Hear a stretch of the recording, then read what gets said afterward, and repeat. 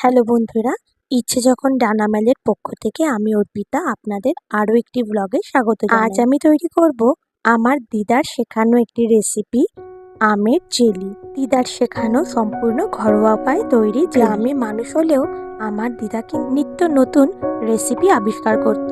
আর আমের জেলিও কিন্তু আমার দিদারই তৈরি একটা।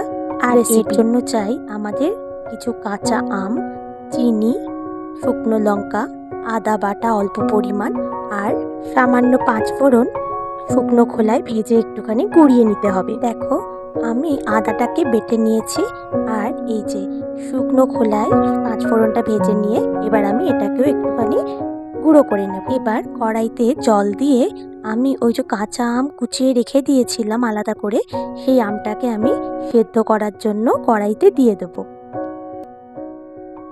এবার গ্যাসের ফ্লেমটা লো করে আমি একটা চাপা দিয়ে দেব। এবার ভাপে ভাপে আমটা সেদ্ধ হয়ে যাবে। এবার যতক্ষণ আমটা সেদ্ধ হচ্ছে আমি ভাজা মশলাটা গুঁড়ো করে রেখে দিই।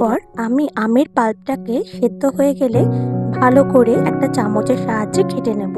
এই যে এরকম টেক্সচার হয়ে যাওয়া মানে কিন্তু আমের পাল্পটা জেলি তৈরি করার জন্য রেডি হয়ে গেছে। এবার আমের পাল্পটাকে আবার একবার লো আঁচে বসিয়ে তাতে সামান্য পরিমাণে নুন দিয়ে ওই পাল্পটিকে পুরোটাই একটা পাত্রে ঢেলে নিতে হবে। আবার কড়াইটিকে ধুয়ে সামান্য পরিমাণে তেল দিয়ে কড়াইতে আদা বাটাটা দিয়ে সামান্য পরিমাণে নেড়ে ওই আমের পাল্পটিকে কড়াইয়ের মধ্যে ঢেলে নিতে হবে। তারপর এর মধ্যে চিনি মিশিয়ে দিতে হবে। চিনিটাকে মিশিয়ে দেওয়ার পরে ভালো করে নেড়ে নিতে হবে। তারপর সামান্য পরিমাণে ফুড কালার অ্যাড করে দেবেন। যদি ফুড কালার না থাকে তাহলে ওটা স্কিপ করে যেতেও পারেন। এরপর অনবরত কিন্তু আমের পাল্পটিকে নেড়ে যেতে হবে, যেন ওটা কোনোভাবেই কড়াইতে লেগে না যায়। কন্টিনিউ নাড়তে নাড়তে দেখুন টেক্সচারটা কিন্তু বেশ গাঢ় হয়ে এসছে। আর এই দেখুন অ্যাট লাস্ট আমাদের ঘরোয়া উপায়ে আমের জেলি তৈরি হয়ে গেছে। এবার এটাকে একটা পরিষ্কার কন্টেনারে রেখে দিয়ে ফ্রিজে রেখে দিন। এটা অনেক দিন ধরেই কিন্তু আপনি খেতে পারবেন।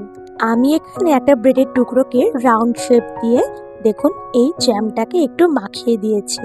আর এত সুন্দর টেক্সচার এসছে যে এটা আপনি শুধুমাত্র যে ব্রেড বা বিস্কিটের সাথে খেতে পারবেন তাই নয়, এটা শুধু মুখেও কিন্তু খেতে ভীষণ ইয়াম্মি।